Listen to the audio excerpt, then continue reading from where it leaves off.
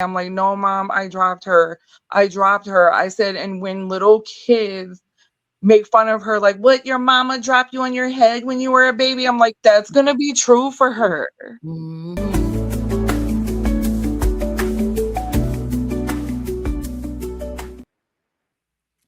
Hey, hey, welcome back to the Torch Mom podcast. We have a special guest with us tonight, Sandra, a Torch Mom taking on risk and crushing hate daily. Sandra, welcome to the show. Thank you. Thank you. You are welcome. It's a pleasure to have you here. Thank you for having me. You are welcome. Look, you ready to get into these questions and get this party started? I am, because I've been curious as to what it is you're going to ask.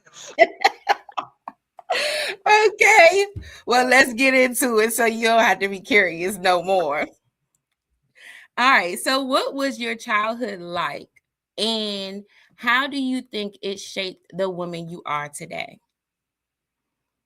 Um, my childhood, in all honesty, it was good and bad. Um, I had pretty much a lot of like the normal family issue type things that any normal family would go through. And normal meaning like, hearing little disagreements, arguments, sibling rivalry, things like that.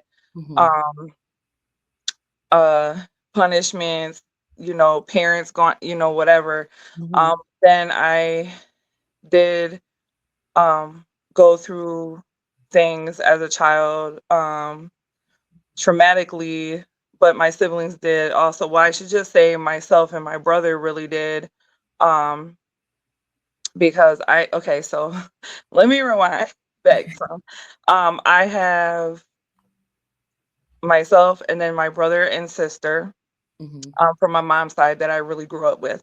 And then I have another brother that's my dad and my stepmom. Hmm. But my brother and sister that I lived with are like the main life that I had majority around me, you know, most of my childhood growing up. Okay. Um, my brother, myself and my brother are the ones who got most of the gist of the bad stuff, the traumatic stuff, Hmm. things like that. I did grow up in um, a neighborhood to where there was practically just my family and another family that were white families out of the whole thing. Okay. Um, and I grew up in that neighborhood for about 15 years. So I was born in Washington, D.C. Hmm. Sometime after I was born is when my mom and my dad decided to move to Maryland. Okay. So that's where I grew up for 15 years, was in Maryland. And I grew up in a city called La Plata. Some people say La Plata because a lot of Hispanics have said, "Oh, that's Plata, La Plata." So, Hmm. however you want to pronounce it, you can pronounce it that way. And I lived on a street called Little Creek Lane. It was in a housing development called Diggs Circle. I have no clue if that's all still the same names or, Hmm. but that's where I grew up at. And if anybody is watching from that area or who knew me growing up, then you know about that area. I guess you would consider it back then. That probably would have been the hood. Okay. Um, although the hood then compared to now is way different. So, Hmm. Hmm. but there was, because when I was growing up, I was born in 1982.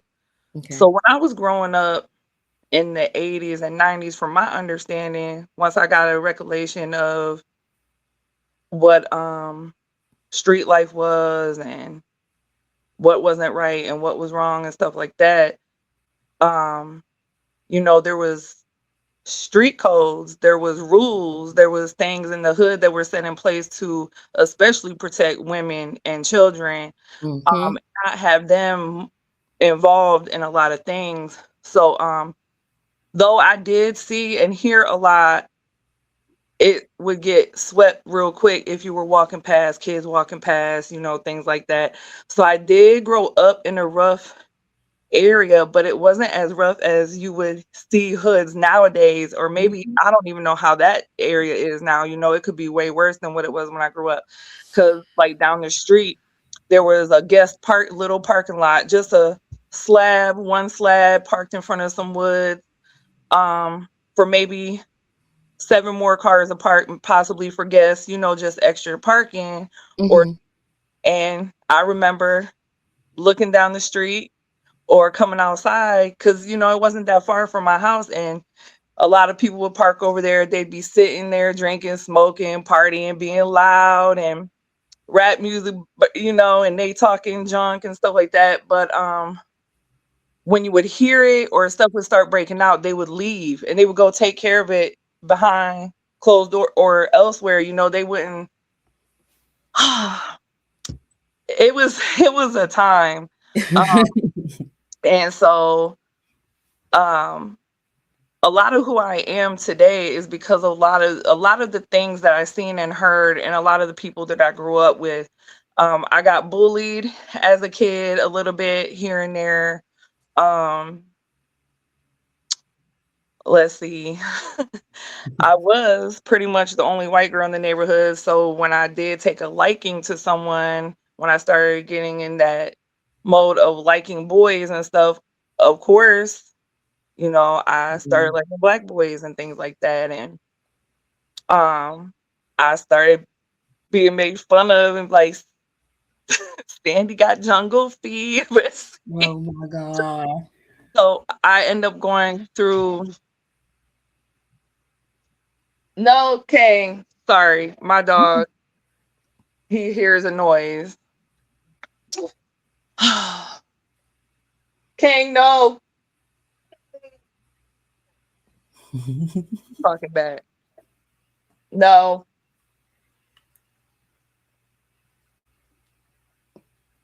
Um, sorry about that, y'all. Oh my gosh, pet life. Sorry. That was definitely I was not expecting that at all.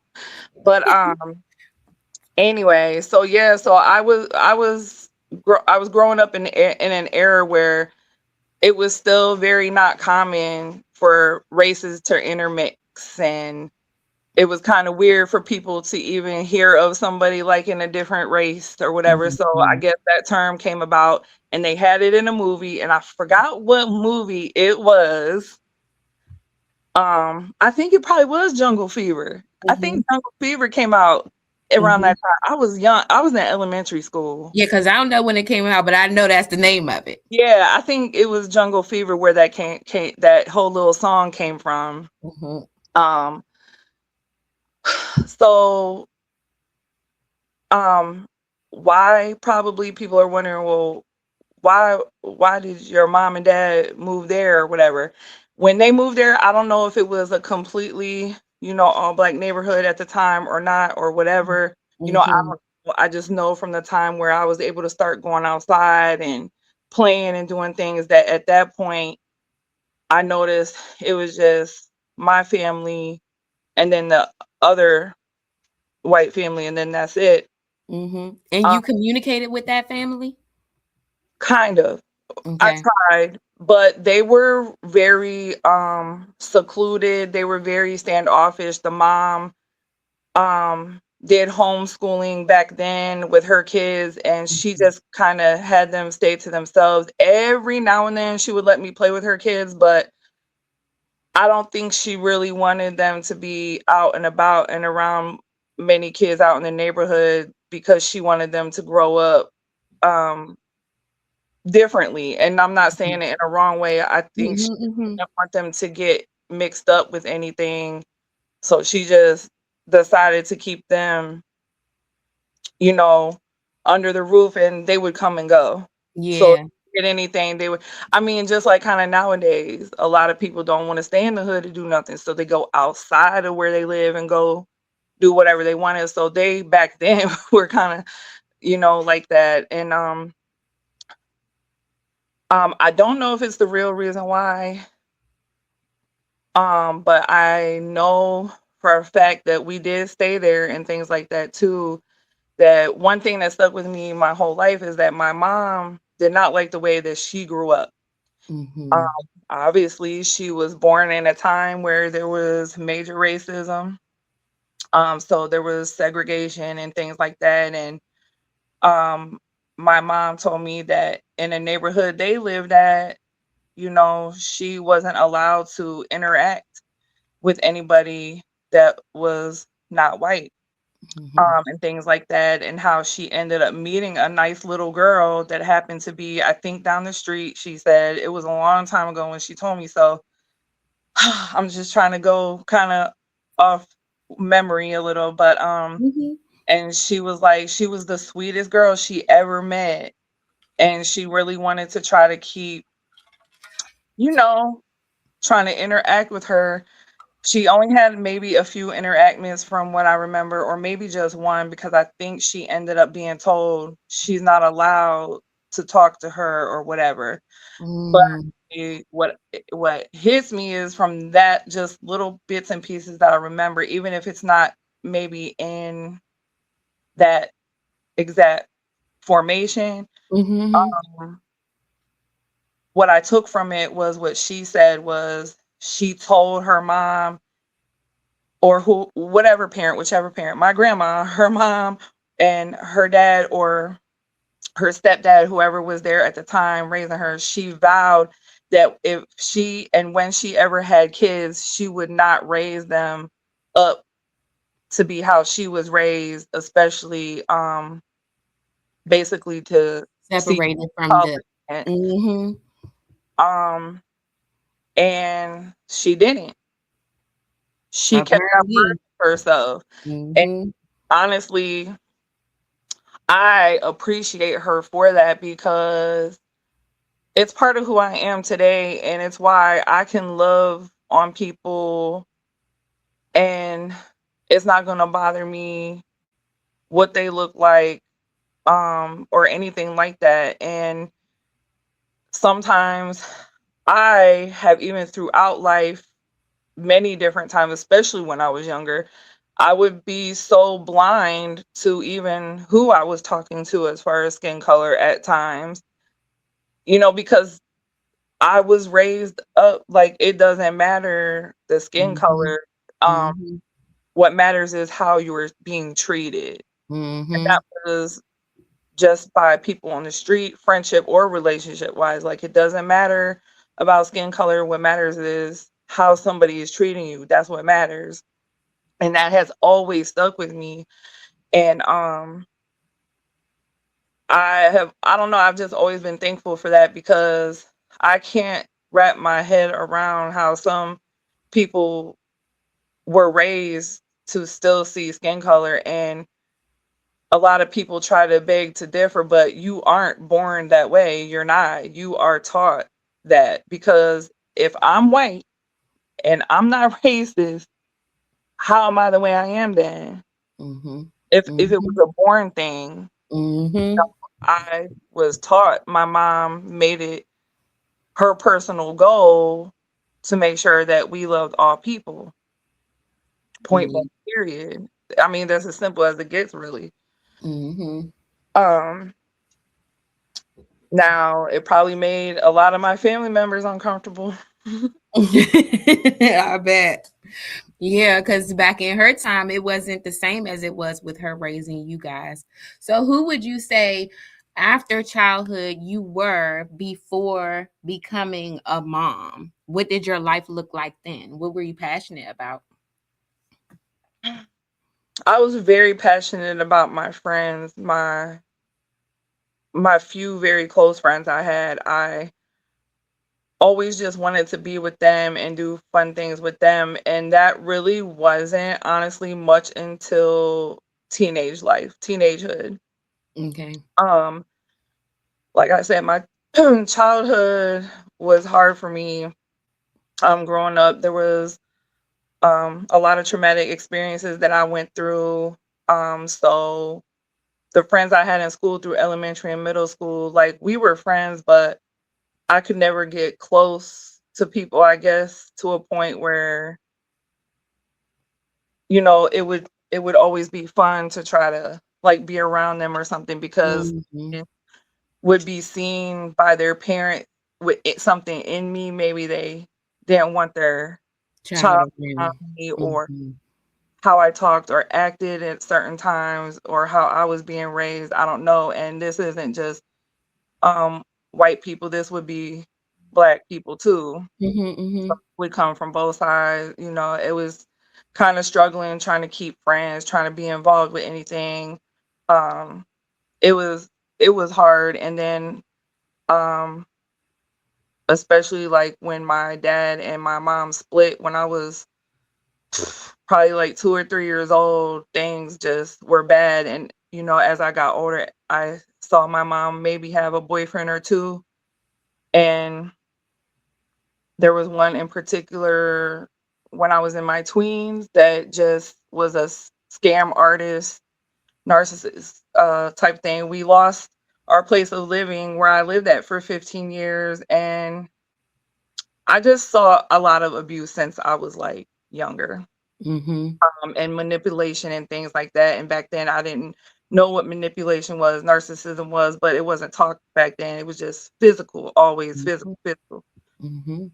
So, my teenagehood, I can say, is when I really had my best moments because I didn't have to worry so much about the next thing that was gonna happen, what was I gonna get in trouble for, or how it was gonna be dealt with when I got in trouble, and then the weight of that being put on my mom's shoulder to have to try to fight for me or my brother Mhm. because of whatever was going on. I ended up moving in with my dad basically when I was 15 years old. Mhm. My mom didn't wanna let me go, and I know she didn't, and I didn't wanna go, but I had to because at the time, it was almost like a step backwards was gonna be taken on her behalf, that I felt like I was gonna be unsafe, so I didn't want to end up going that route. So I moved in with my dad, in the middle of my 8th grade year, and that was that. I lived in Virginia with him for a year. They decided to move to Florida, so my high school years were in Florida. Uh, Mhm. that people say people have asked me too, like, "Well, what is your happy place?" Even though I wouldn't move back down there now because just the world is just so different and things are going on, but Florida was my happy place.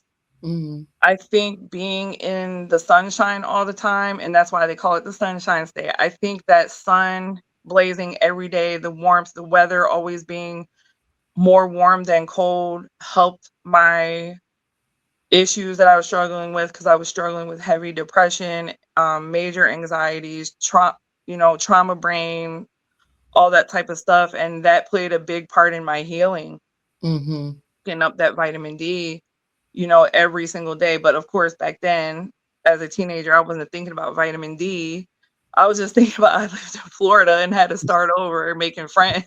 Mhm. In high school, and I started making friends. Of course, the first year was rough.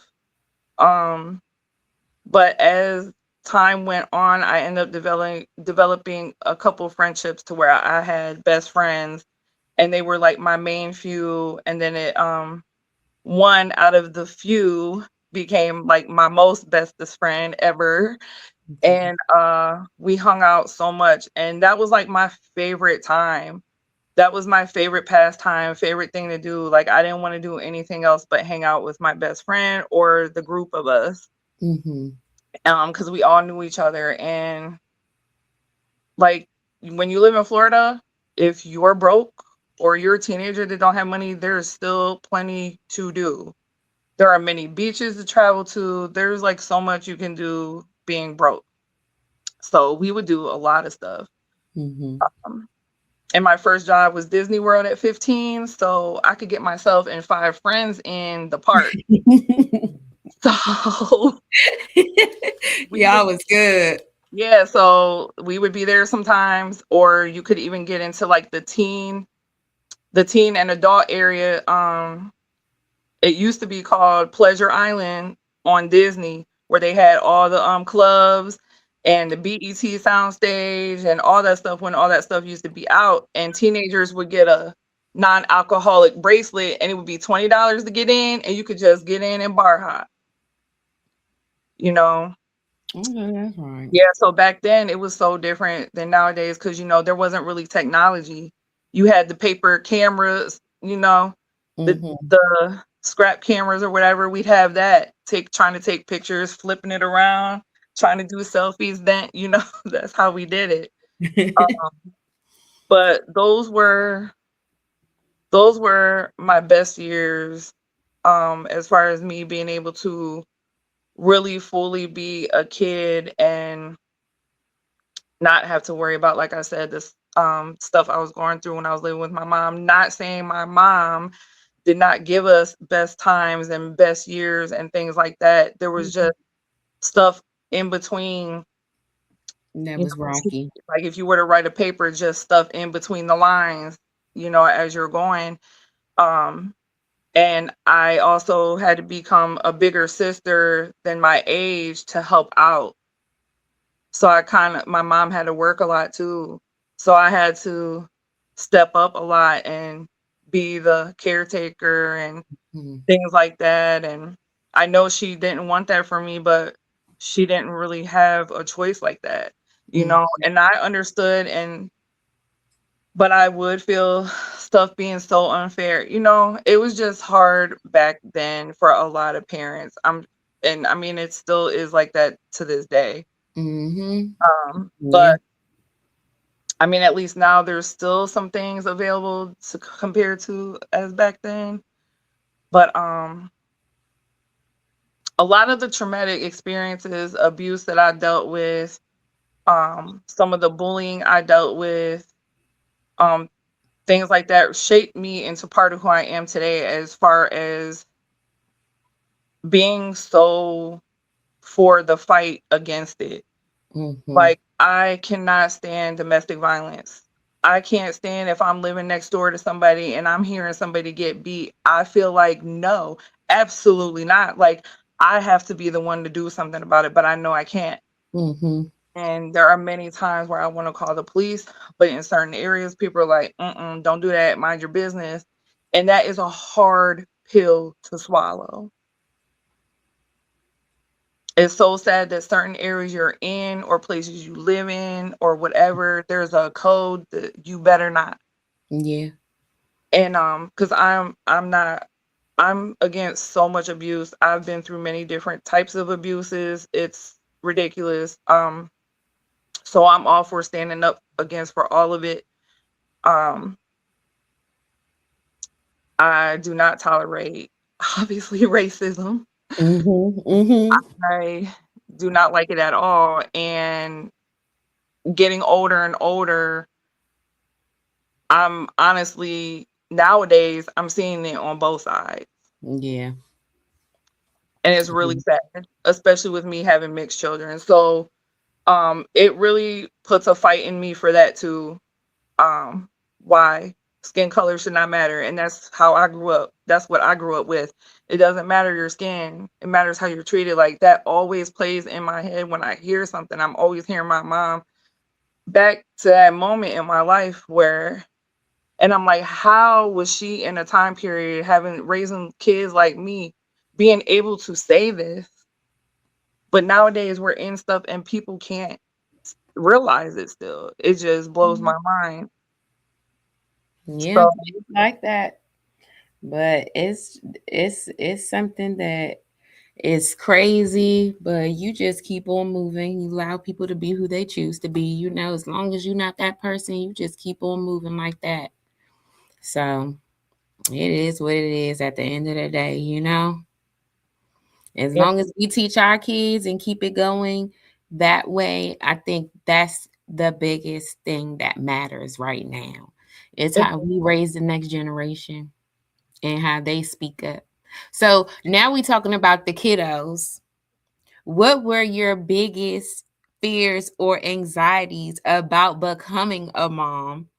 And how do you think you prepared yourself for that transition? So funny because I know a lot of females are going to deny it, but there's going to be a small few portion of be like, nah, yeah, I was like that.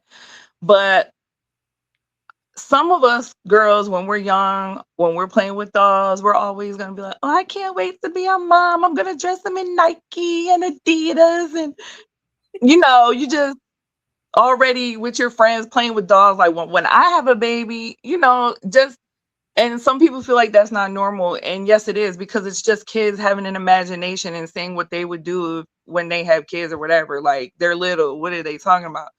But as I got older, I my like I don't know how all high schools are now because my one daughter's high school is not this way, which is so weird. But when I was in high school, there was main classes that they put us in, but then we had electives that we could choose that we Mhm. wanted to take. Mhm.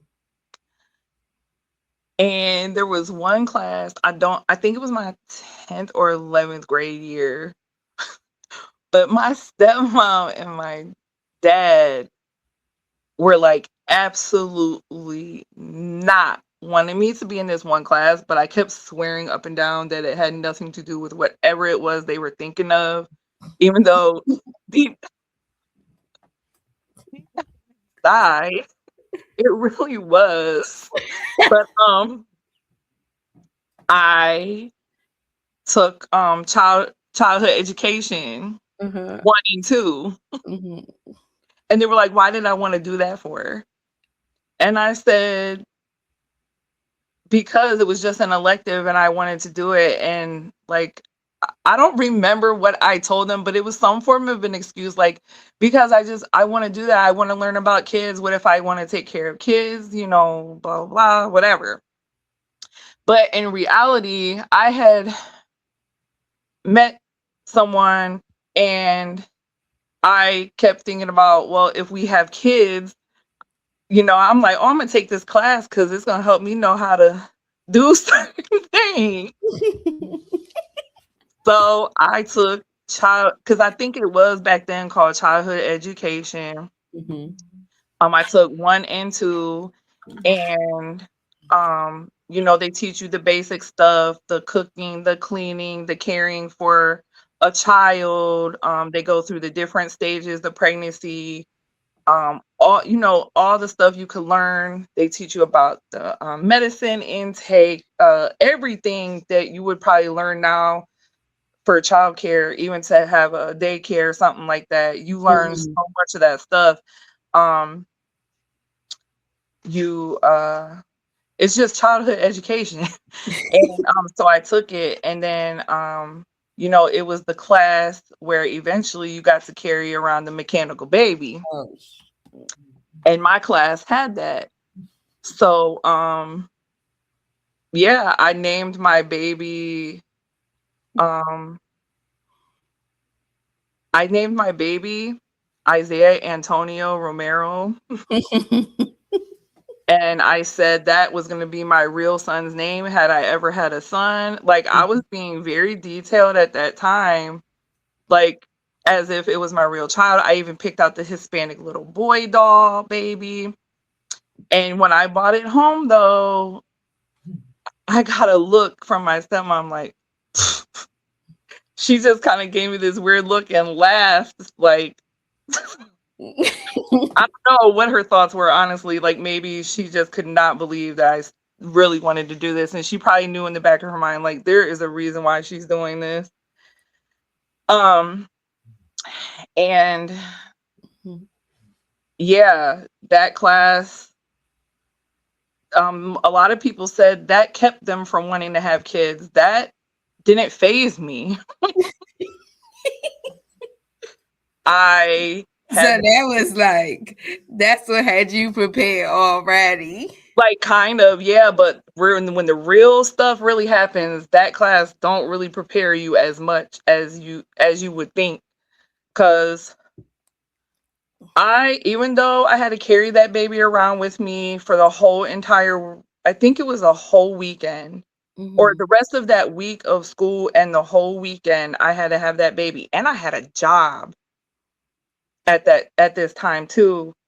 And at this point, I was working at Michael's Arts and Crafts.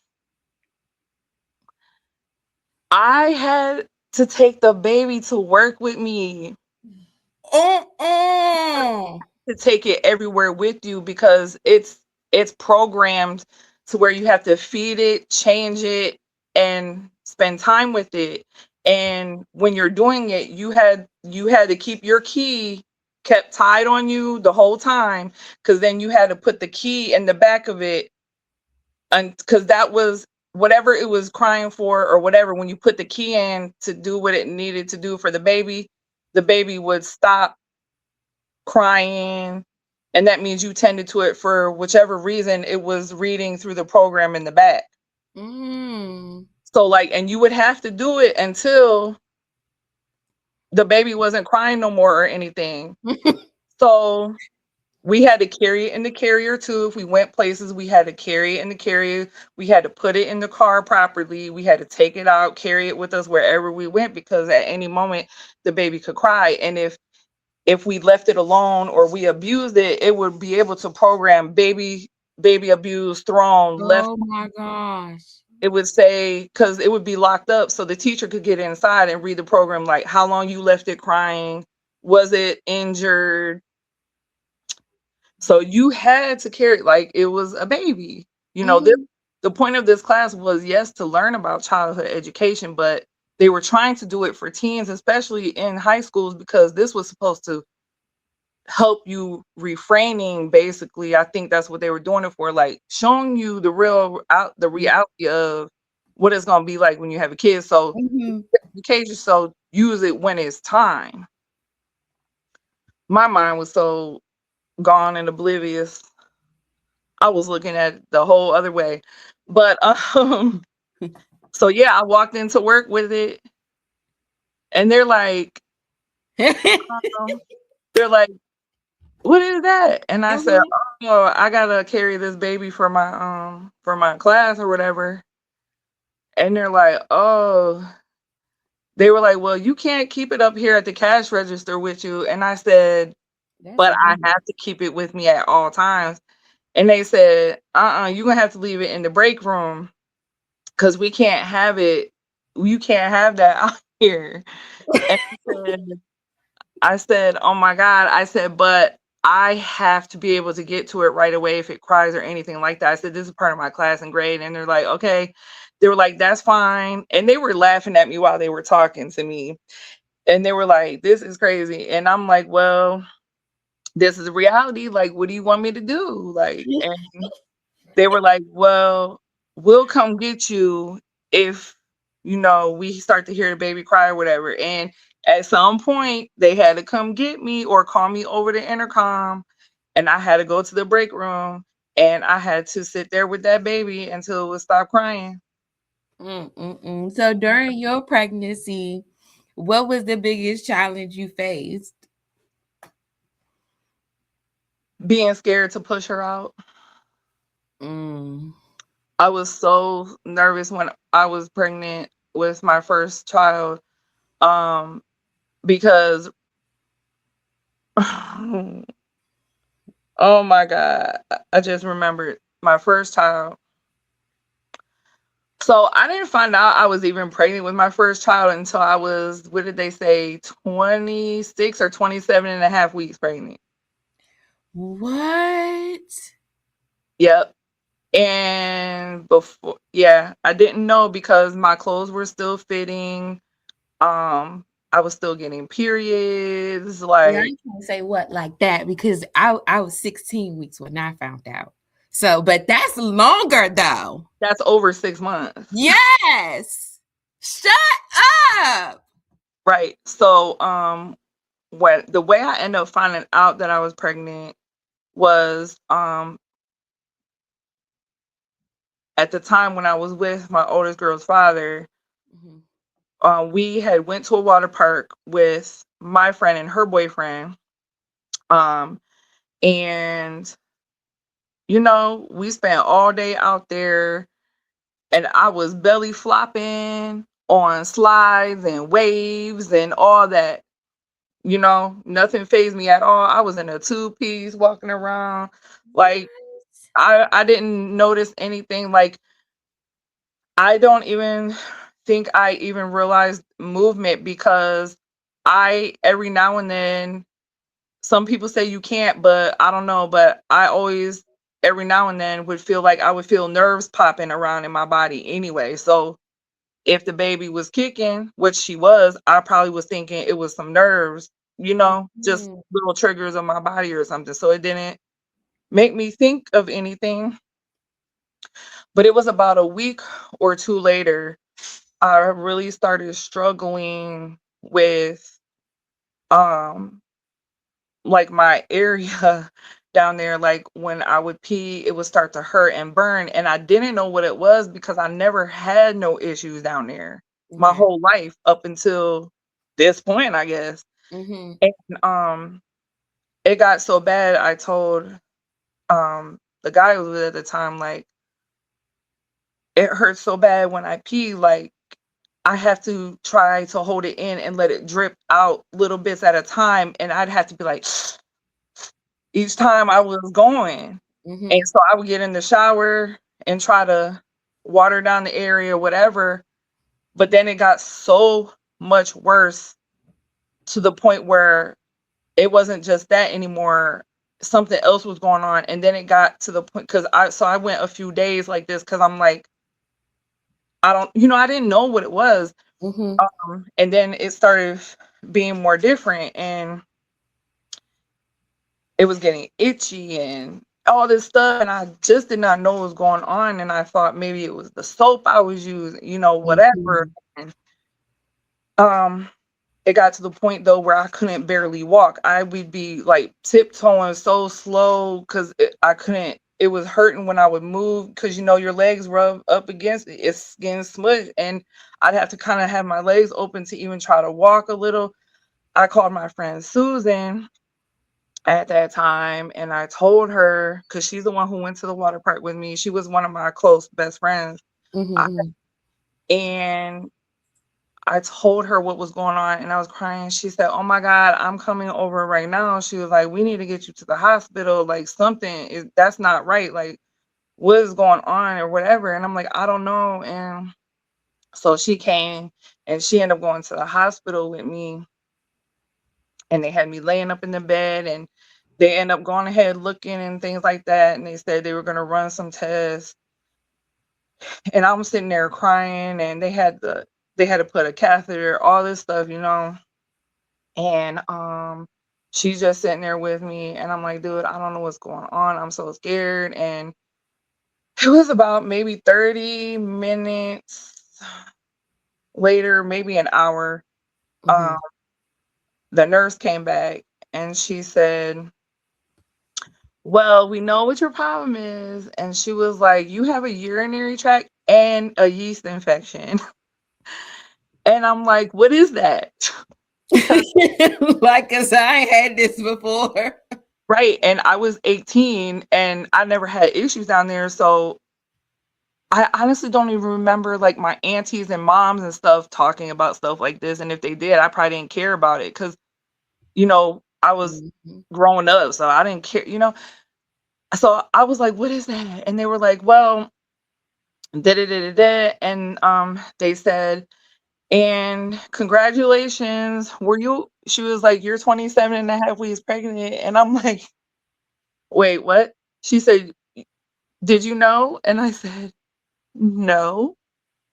She said, "Oh, well, you know what? This makes so much sense now." She said, "This is probably why you have the yeast infection and bladder infection." She said, "This can happen in pregnancy because your body's chemicals are changing and, it Mhm. can alter everything. And so this explains probably why then if you've never had it before." And I said, "What?" My friend Susan was like, "What?" And I said, "I'm pregnant." Um, Mm. and she was like, "Yeah, congratulations." And she was like, "So you're gonna be due soon. You don't have much time to prepare, so you better get ready."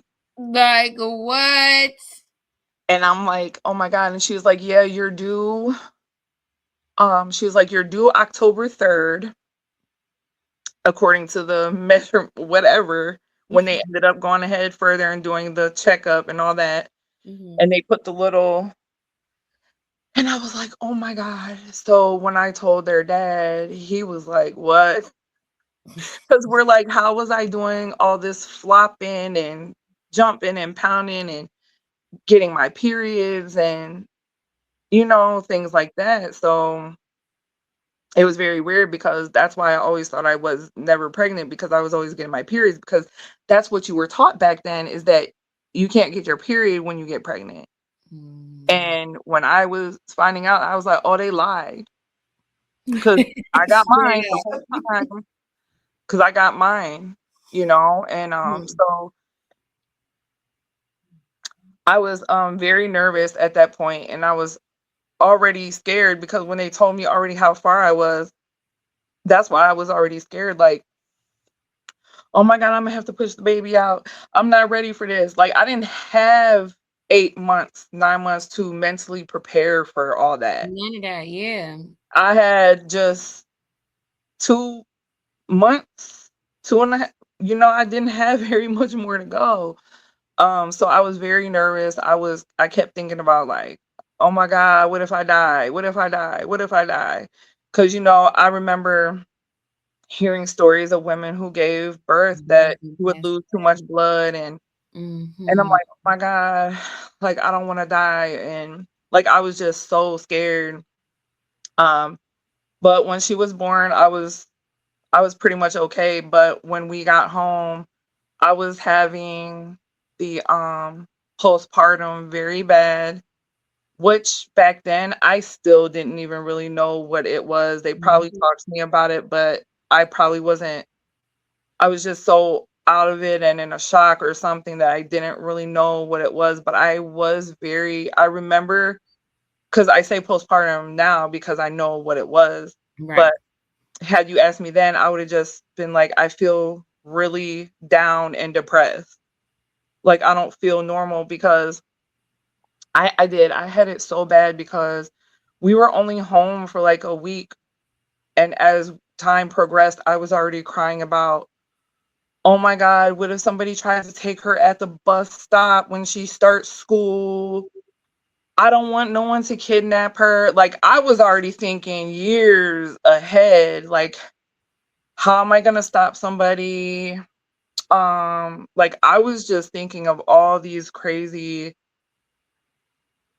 like, just I don't know, it was a lot of thoughts like that already of her growing up, and then not just kidnapping, but I would already be crying like, "Oh my god, she's gonna grow up and not need me anymore." Like, Going through it. I was so bad, and also, this is what got me to really messed up.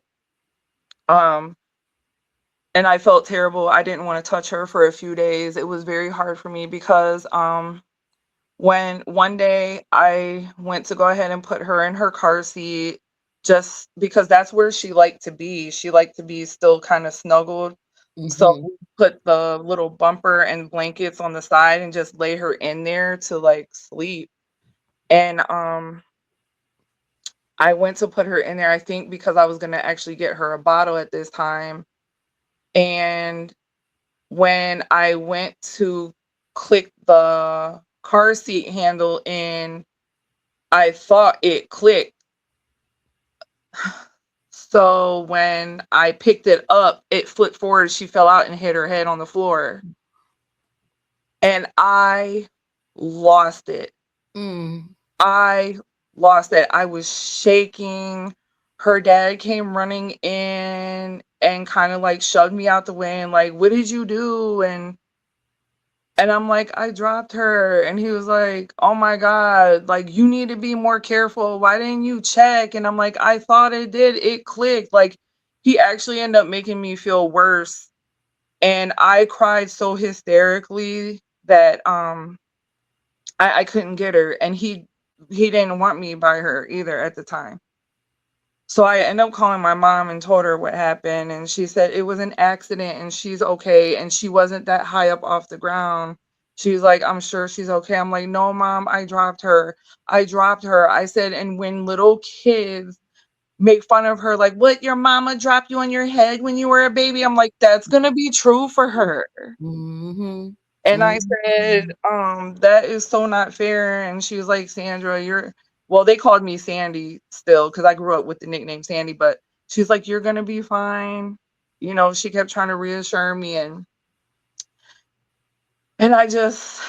I didn't want to. I was scared to, like, be by her for a few days, and, it made me feel like I was a bad mom already. Mhm. Like, Dang. it was pretty bad. It was terrible. Mm. Oh my goodness. And he just had to be so extra. Right, so I just Mhm. yeah. I mean, he was feeling it too for his baby, but still, though, come on now. Help me calm down a little bit. Oh, you're still a good mom, still a great mom, regardless. Mm-mm-mm. Okay, so for moms who might be in something unhealthy right now, right? But haven't said it out loud, what do you want them to hear?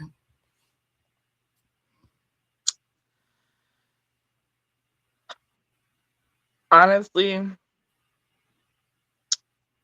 as hard as it would be to get out of the not so great situation, and you know that it's a not so great situation and you're in denial about it to other people, but deep down inside what it is, whatever it is. It could be, I don't care, abusive.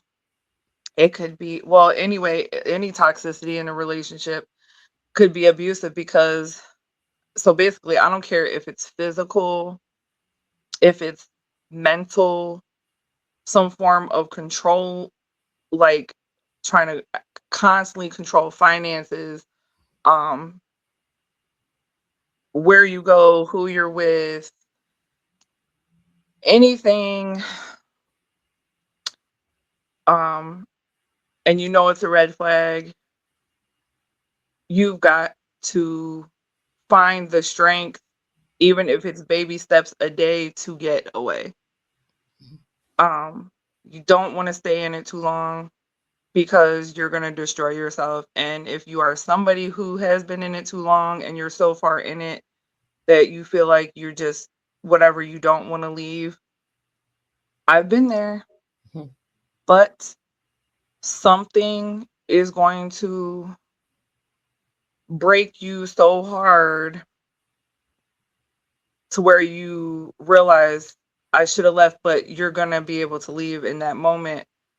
But hopefully you can think of something that would really be awful that you would never want to happen to you, your child, or whatever. Mhm. So hopefully break that mindset of staying, because for me, no matter how much people hated the situations that I was in and I had kids, they would say, "You have kids, you have kids." And I'd be like, I know." And I would know that they're right. And I'd be like, "But whatever, I'm not leaving. And y'all are just this and y'all are just that." But it took a moment when my third born daughter, my third and fourth borns, oh my God, how am I trying to say this? We get it. So I had already had my fourth child, but she was still little. And it was my third born. She was about 8 years old. Mhm. It took me that long to realize the toxicity that I attract and I put myself into, but I didn't really know until this moment when my two youngest girls' father and I got into it for our very last time. and she was about 8 years old, I believe. We were arguing, and I was in the vehicle. I was about to drive away because we had just got into it. I put the two youngest girls in the car, and um he came up to the car and started yelling through the window at me, but on her side. Mhm, Like, mhm, so her face is right there. She's in the passenger seat, and he's yelling across from me, and I'm telling him to move, like, "Move, I'm trying to leave, I'm trying to leave. I don't wanna hear what you're having to say," basically. I don't remember everything that I really said, but I'm paraphrasing here, so, because that was years ago. mhm, But then he started looking at her and be like, "Tell your mama da da da da da da da, and your mama da da da, and it's 'cause your mama did da." And I said, "Stop. Stop doing that to her. Stop trying to get her in the middle. Stop yelling in her face. Stop telling her this. Stop telling her that. Like, no, we're not going to be doing this." And as I was saying that, things started coming out of my mouth I never heard myself say before. And then it made me stop and look at her, 'cause while I was saying that, I was like, "You're not gonna be doing that. You're not gonna be telling her all this and be yelling in her face like that. Like, this is a problem. Like, no, absolutely not." And I was like, "You know what? As a matter of fact, we're done. We're done. We're done. I'm done. I'm finally, yes, I am done, and I'm gonna stand on it. Like, I'm done. I'm gonna be strong on this, and I'm really gonna just be done. I don't care. I'm done." And I look at her, and I said, "I am so sorry." And I looked back at him. I said, "Do you not see?" And I didn't put the blame on him, but I said, "Do you not see what we've done? Do you not see how toxic we are? This is why she is the way she is, why she has the behavior issues she has. The doctors want to say ADD, ADHD." I said, "No, it's because of this right here, our toxicity. No, and I'm done with it." And I said, "I've only become toxic because you've been toxic. mhm, Like, I was never like this. This isn't me. This mm, isn't real me. This is who I am right now, yes, because of the toxicity. Like, no, I'm done. I'm tired of our children being hurt and having issues because of two adults. Like, no, no." mhm, And in that moment, I realized that a lot of times as parents, especially single moms, there's a lot of females out there. I don't care how many women are going to be like, "No, no, whatever, not me, not me, not me." But there is a big majority of women, especially when they have kids, they don't want to be alone. I'm sorry, they don't. They mhm, want someone. They want to feel loved, they want to feel valued, and they want to have someone involved with them that also would care and cherish for and love their kid. I don't care how many people will be in denial, but you want that.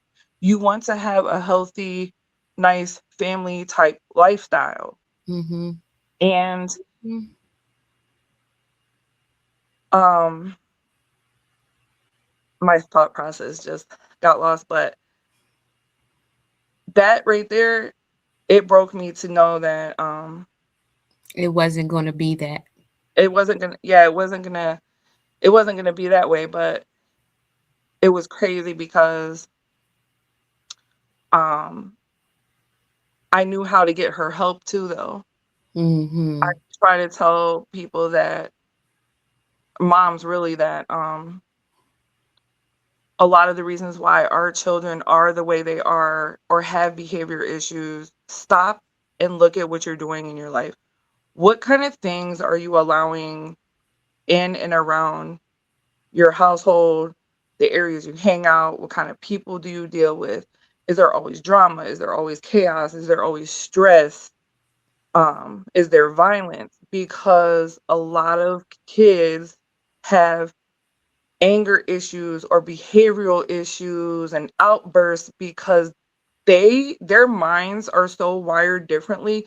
They can't grasp the capacity of what's going on around them. So the only way they know how to get it out is through action, through their behavior. And that's talking back, that's throwing fits, that's showing aggression. mhm, And I've seen all that. And when I got away, I finally started taking a stand for not myself, but for her, because she really needed help, and I knew it wasn't because behavioral issues, no. Yes, behavioral issues, but it wasn't from what they kept saying, ADD and Sure. so Mhm. that stuff, kiss my no. Mhm. A lot Mhm. of the issues these kids have has nothing to do with that. It's the environments they're in or around that's Mhm. going to make them be whatever they're being, and because when I it took some time, but there was changes made, because when she was 8 years old, even before all that happened, like, even at 6, 7, like, she was very angry, she would have outbursts, she would, hit and kick sometimes, uh, she would spit, like, it would be a lot. By the time she reached that age, 8 years old, she was worse, she was getting to the point of, um, that stuff heightening up, like, the kicking and hitting would get worse, she started doing it to me more, she would Mhm. spit, she would dig her nails into me, she would say, "I'm gonna kill you," just start doing all these, like, things, and, um, she did not want me around certain people, she didn't want me to hang out, she never wanted me to leave, and if I did, she would give me, like, this really weird, evil, like, look, and, like, she was gonna attack me, and I literally started becoming worried. She started getting into it with kids on the playground, like, being intimidating. One day, she came in, um, and she went into the kitchen, and I said, "What are you doing?" She was, like, getting something to drink or whatever. And she went back outside, and I could see her at the playground from where we were at, so Mhm. I could just let her kinda go out and be Mhm. right there, and she Mhm. was 8, so it wasn't like I couldn't really get to her, she wasn't too far. So I saw her going to the playground, and she had on her little cowboy her little cowboy boots and her little petty skirt thing, I think, or a t-shirt, or maybe it was some pants, I don't know, but she was into, like, what was that little girl's name? They got that 20-year anniversary, Hannah Montana. Okay. Okay, so she, dressed kinda like she was so she had the boots, that's the main Okay. thing here, that was the main thing, she had her little boots on, going outside, but 5 minutes later, she comes running up, and then she had closed the door downstairs to the building we were at, and I heard banging, and then people yelling up, so I look outside, and there's this mom with this boy, and so I end up going downstairs. And she told me that, my child had tried to attack her son with an object. And I'm like, "What do you mean?" And she was like, "Well, I called the police and da da da da da." And I'm like, "Oh my God, this is so serious." So I really started getting so scared, and nervous. And when the police came, we talked and whatever. I went upstairs and I tried to talk to her and ask her why did she do what she did and pull out the item from her boot that she had. She was like, "I wasn't gonna do anything with it. I was just trying to scare him because he kept making fun of me and wouldn't leave me alone." And I'm like, "Girl, like, no." I wasn't talking like that then, but I don't know what I was thinking. Yeah, right. Like right now, this is just how I'm talking. So I was just like, "You can't do that." And Um, I seen that as a red flag, and then that week when school came up, I end up finding out that she tried to stab a student in their hand with a pencil. Mhm. So I said, "Okay." The school social worker and I worked together. She worked with me because I told her I need to get her some help. I, Mhm. I need to get her some help. I said, "But I don't know what to do." And they were like, "Well, we can help you." And so she ended up helping me, and it was the hardest thing I had to do in my life, but I knew that I had to do it because she needed help. Now, I was one of them parents, and I'm still one of them parents that I'm not gonna be in denial about if my kid needs help. if my child is acting irate and weird and grabbing objects to hurt another person or just way out of control Mm-hmm. to a mental state that you can see that, I'm going to do whatever it takes to help because um it was just that bad. So we end up she ended up going with me to help me get her tested and ready to go to a mental hospital basically. Okay. And mind you, again, she was 8 years old. So it was like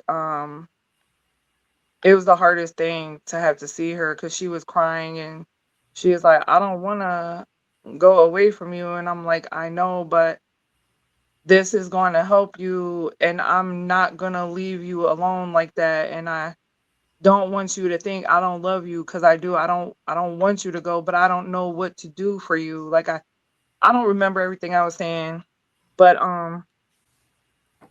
like it was very hard for me. I was crying, but I had at least some kind of support and they went with me Mm-hmm. to the mental hospital that I had to take her to. And when we got there, they walked me through the process with her and showed us the areas, and it was very hard for me to deal with. I almost did want to leave with her, but I had to fight it because I knew what I was doing was the right thing. Mm-hmm. Um, and I did. I ended up having to leave her there. Um, but she, I could only go so far with her. So when I walked out, she had to stay by the other parts of the doors. So when I walk out, they would close. And I felt like in that moment that I was such a bad mom because I was leaving my child with people I had no clue who they were, Mm-hmm. with other kids that were having issues too. I didn't know what was going to happen. And I was hurting so bad, but I promised her that every day for that week I would be there. And I did. I made sure that every day of that week I was there for her to visit because I didn't want her to think I just dropped her off and Imma forget about her. No, I went through the process with her. I was Mm-hmm. there every step of the way because even though she may have maybe been angry with me, I wanted her to see that I was going through it with her, that this wasn't just a her issue she needed to deal with alone and with the people, like, I know this is scary, I know this is hard, and I don't like it. I'm going to be right here. I'm gonna be right back. I'll be here. So I went every day after work. Even if I had to find a ride or borrow a car, I was there every day after work.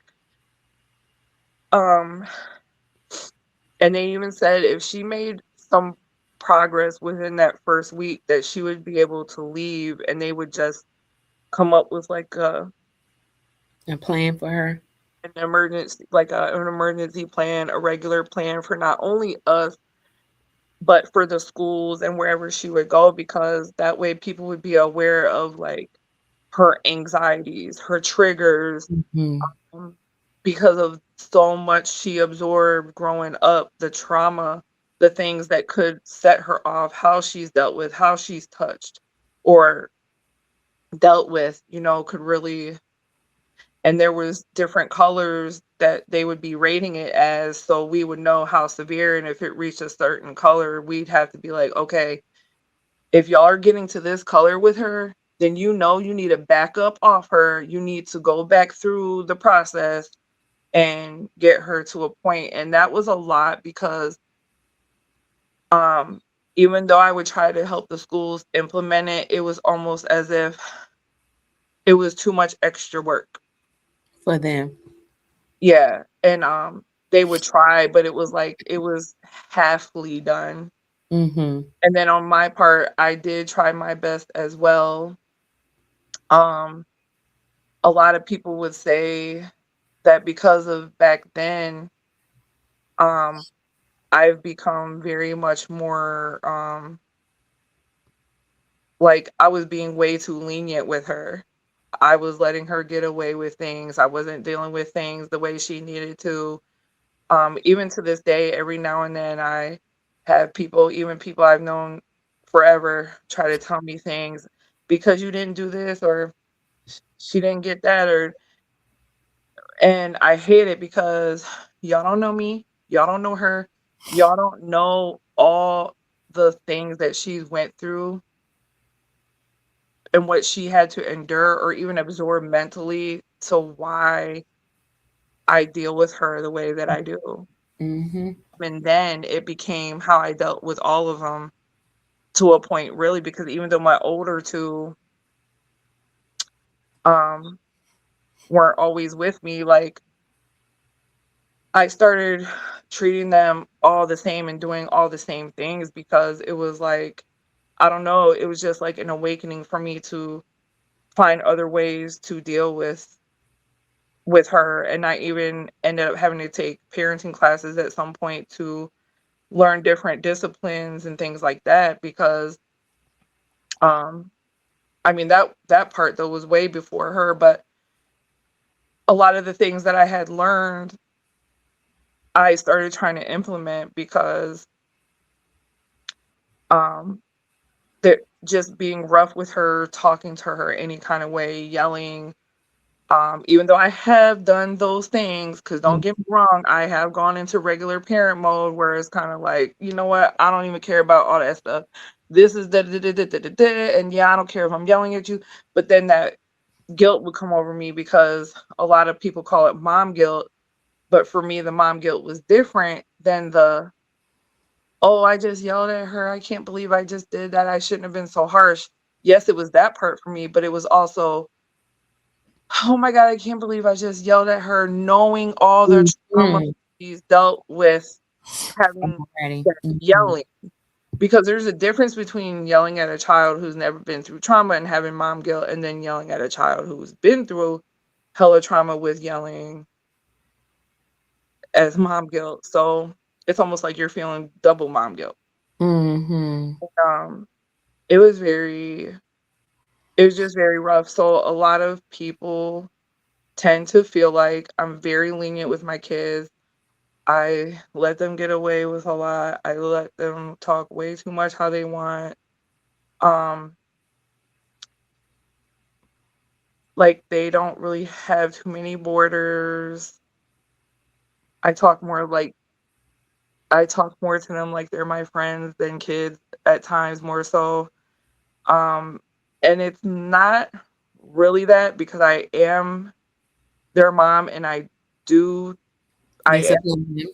I am momish with them, but Mm-hmm. I guess what it is that I've gotten them in a way to be who you are and you have the right to be angry because this is one of the things I learned many, many, many years ago when they were still little growing up that it is okay for children to spaz out, feel angry, want to let it out and things like that because they're just like adults. They're just small. Mm-hmm. So why is it okay for us to be able to get things out, but they cannot? We just have to teach them how to do it in a manner that Mm-hmm. we should be doing it in too, so that way they know how to handle it when it comes. So I used to tell them when they would start feeling angry, I'd be like, "Are you angry? That's fine. When you're mad, walk off. You can go to your room and you can be angry in there, and when you're done, you could come out." Mm-hmm. Um, I used to tell them, "If you're mad, tell me that you're mad. Like, I'm mad. Express it that you're mad. You don't have to throw a fit, throw something across the floor, yell at me, scream at me. Tell me that you're mad and let's talk about it. Mm-hmm. Why are you mad?" You Mm-hmm. know, I didn't do it all the time because, like I said, sometimes I go into like You just do that, go get your butt in your room. Yeah. You know, or whatever. But I have always held on to the, oh my God, what did you do? Mhm. Let's sit down, let's talk about this. Mhm. We gotta figure something out. This can't keep happening. Mhm. Guys should do. What do you think your consequence should be? Right. I would give them decisions and choices to make instead of me as the parent having all the pressure, because you're going to need to grow up to be a full functioning adult and know how to make decisions and choices based upon whatever the outcome you of your other choices, and Mhm. whatever. And Mhm. the one thing I did learn too, which most people do not understand, is natural consequence. That was one of my most favorite things in that parenting class that I learned from this guy with all this other strategy stuff. Was he was like, it's gonna sound crazy. He was like, always give two options. Give options. Let them choose though. No matter how bad you want them to choose the one thing you really feel, let them make a choice and let it happen. And when it does, the outcome is going to be the natural consequence for their choice. Just like us, when we make choices, we have a consequence to our choice. And he's like, it could be a good consequence or a bad consequence. And that kills people to this day. Like, ain't no, it's gonna be my way or the highway. Nope, ain't no No. choice. No, no, no. And I get that, and I understand that, and I'm for that for certain people's kids, because you got to do what works for you. Right. Right. Right. You I gotta agree. you gotta do what works for you, because I've seen kids get beat and they've grown up to be abusers and hitting on people and being aggressive. I've seen kids get beat and they are just angels, and they not finna step out of line, but that's not everybody. Yeah. That's not everybody. That's true. What does Torch Mom mean to you? Every time I see Torch Mom come across the screen, or even like if I see you in my messages and the first word I see is Torch, I honestly always feel this sense of strength and me carrying a torch across like my pathway, my journey to get towards the finish line. Like that's what I see every time. Like, even though I'm going through my struggle, here's my fire, here I come, I'm running for it, I'm gonna keep going. Like, I'm gonna get this torch that I have to carry to the finish line. I have to make it. Like, I don't know. That's just every time I see that, that's what I start thinking about. That I have to reach the finish line with that torch, and it has to be lit. Like, don't let the fire burn out and give up, pretty much. Keep that fire burning and make it across the finish line, because you can cross a finish line without being on fire, but when you're not on fire, you're not fulfilled. You didn't fulfill everything you were supposed to. Mm. Like, you want to make sure that when you cross that finish line, that your torch is still lit and you've done everything in your power and God's will he has for you to get through what it is that you're supposed to through your path. Like, that's what I think about. And I never used to think about that type of way until for some reason I seen the word torch. Like, every time I see that name come up, even in your regular Facebook page, when I see torch, I'm like, I always imagine myself carrying a torch. I love that. That's weird. I love that. It's not weird. It brought even more tears to me tonight. So I love that. And thank you for sharing. Thank you for your transparency and everything. I really appreciate it. Oh yeah, no problem. Do you No. have any upcoming ventures or projects that you're excited about? Um, well, this was definitely one that was coming up that I couldn't wait for, because it was like 2 months ago or so that you brought it up, and I was super, like, I don't know how to explain it. I was so hardcore heart set on it. So when I thought it wasn't gonna work out, I really was feeling my heart like crumbling. Like I felt like no, no, no, no. But I am working on some more things in the health and wellness space. That is something I'm really into. I started in a business with um a company in health and wellness, but it's more so like mental and gut health, which Okay. is great because mental health is such a big deal. And, you know, I didn't really realize until I got in with this company how much your gut and your brain help you run like your entire body. Hmm. If one is unhealthy, you're not gonna really completely and fully be at your 100% best. Your body is not gonna run properly. And I never knew that. So if your gut brain axis is off, that's probably why you're off. And I was doing that for a while. I was using a few supplements. It Mm, has been on hold. Um for a little minute now, but I'm still studying and have that in the works for when I relaunch because there's so much happening new and things like that along with what I already knew. So I'm trying to get more educated on it. I want to be prepared and ready because I know there's a lot of people who are very curious about what it was that I was doing, especially because you don't have to stress over it. Make sure you're dieting, getting to the gym, things like that, especially when you're a mom.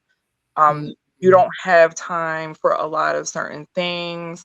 Um, so it's a pretty simple system. You just making sure you get your water intake, take, whatever the certain supplement, whatever, and you just pretty much go about your day, get movement in, mm, and so I'm working on that mental health and gut health. That's one major thing that I'm really working on. I cannot wait to get that back out and rolling.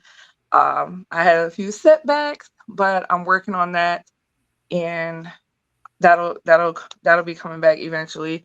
But also, I've started to slowly touch on um, a biracial movement, I guess, maybe, um, towards, people of bi races.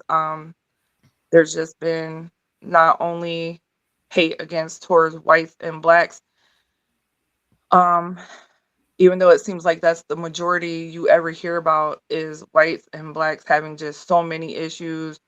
Um, when it used to be just white people having issues with black people, but now it's like you've seen for many years both sides being so nasty and hateful towards each other, but then it's also now stemmed out to the biracial race, and I know there are people out there that talk about it, but it's not so much out there put in our faces that we're seeing it on every story or we're seeing ads or a lot of reels, because when you hear anything of race or anything, you usually see so many types of stories coming over news feeds, people talking about it, people sharing, did you hear this, did you hear that?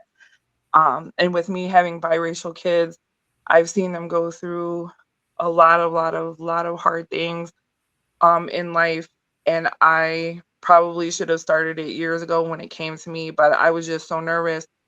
But to this day, they still go through things every now and then. I've seen other children and adults go through stuff, and quite frankly, I have reached the point of having enough. And so I have started slowly talking about um, stop the biracial hate, mm, basically, and how it seems like you're not black enough, you're not white enough. Um, they get it from both sides, and it's bullying to me as well. It's mm, biracial bullying. Um, But yeah, I'm working on that too.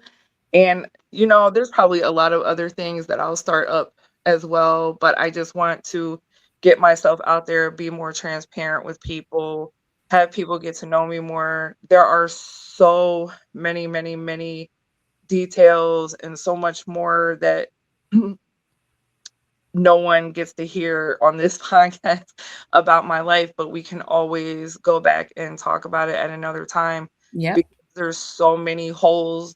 But just so I could get some kind of point across, I had to skip out on years and years of certain things just to get to certain parts and aspects of my life. But definitely, if people want to get to know me more and things like that, of course, I'm so willing to come back here, do another podcast, and we can do more types of questions.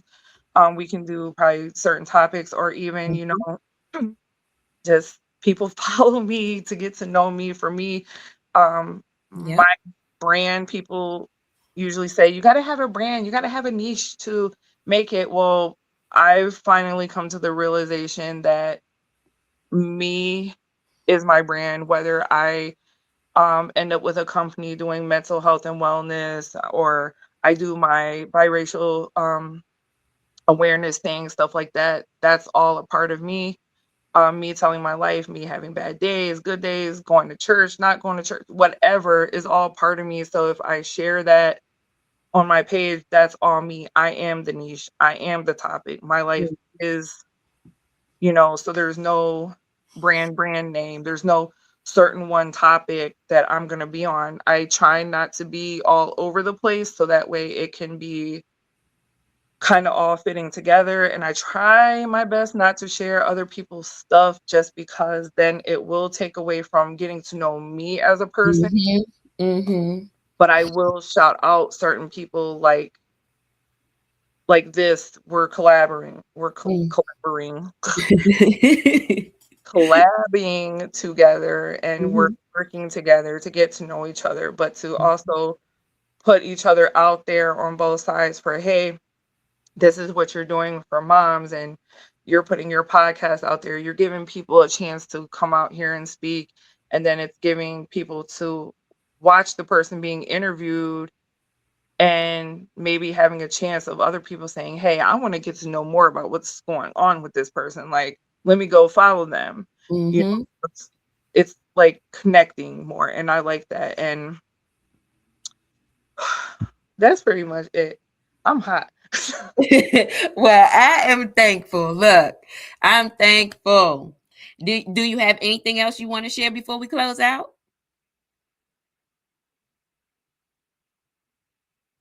Y'all, I am just I I'm not perfect by any means. I'm just a mom out here trying to make it. I'm just a woman out here trying to make it.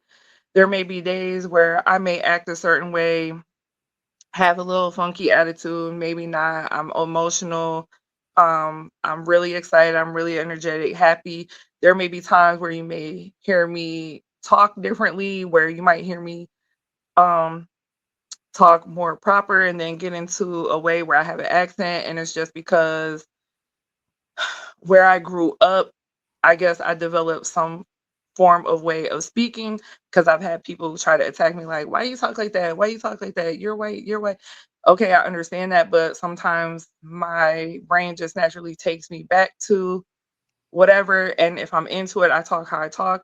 Then there's times I Mhm. sound no what would people would say normal for me or whatever. It's just more so a lot of the times too because I feel like I wanna make sure I'm clear. It's almost like professional mode. Y'all know, y'all have that voice when you answer the phone because you know somebody important is calling, even when you have a job. "Hello? Hi, thank you for calling." Yeah, people have that voice. Like, everybody has a voice where they switch up. I don't try to do that, but a lot of people that know me know where I grew up, and I guess that's just kinda where my voice kinda goes in and out, especially when I'm around a certain group of people. I guess it changes, You but just it's being you. that's just me. I know, but that's just who I am. That's just a part of me, and I can't help that. That's just like somebody who is fluent in Spanish, but fluent in English. They could switch up real quick and their accents there and they sound like they can't speak English at all. Yeah. Um, it's just part of who they are, and that's Yeah. all I'm saying, like and yeah, and I get looks from both sides myself. I have white people that can't stand me. I have some black people that can't stand me. You can't win. Whatever. That's Everybody. that's life. I just don't see race as it shouldn't be an issue. But anyway, I don't know, y'all. I'm pretty down to earth. I'm pretty genuine. I'm the take me for who I am. I'm nothing special as far as I'm just a normal person. I'm not out here trying to chase anybody down. I'm not trying to beg anybody to be my follower's friend or whatever. If you're for me, you're for me. Um, if I feel like you've got something going on that I can connect with, I'm definitely going to be supportive in there. That's one thing about me too. I'm very, very much so a cheerleader, even if you may be higher up on the chain than me. Like, I'm so for that. I Mm-hmm. love seeing people win, even if I may not be like, it makes me feel good, but it also makes me get teary eyed to be like, man, they got up out of whatever it was they went through. Man, they give me hope that if they did it, then I could do it too. And it makes me want to keep going. So I will never hate on somebody um trying to ever make it, as long as they're really trying to push and they're doing stuff. Like, I don't know. I just don't hate. I'm not gonna hate. And I'm just a regular person. So my life's pretty basic. I work, I'm at home, I Mm-hmm. don't go nowhere much. So if you're like me, follow me. We can be online friend. I know that's right. I don't And know. yep, we'll be sure to add all the info you guys need to do so in the description section. So be And sure be to here check for it. her to join in on her Torch Mom stuff, because y'all, if we grow here, we'll be able to come together more as moms, have more moms, and build better understandings if we put our ideas and things together. Because it's hard out here for especially a lot of moms, especially if you're single and things like that. It's hard. So come on, get on board. Thank you. I love it. Thank you so much for sharing your insights, experiences. Look, it definitely was needed. Your time and energy is truly appreciated. Well, thank you. You're welcome. You guys, if today's episode was something you loved, please subscribe, leave a review, and share it with another mom who needs to hear this. Have experiences or questions to share? Send us an email to thetorchmompodcast@gmail.com. Follow us on Instagram, Facebook, TikTok at The Torch Mom Podcast. Plus, the Torch Mom Confessions hotline is always open. Call 202-670-6476 anytime, or use the voice memo link in the description if that's easier. And don't forget this week's confession question: your voice might be exactly what another mom needs. Didn't have a backstage pass to check out the live stream? It'll be available for viewing on our YouTube channel, The Torch Mom Podcast. So be sure to subscribe, like, and share. Negativity is forbidden, and energy is power. Remember, what you desire, you already have. We love you. Stay torch.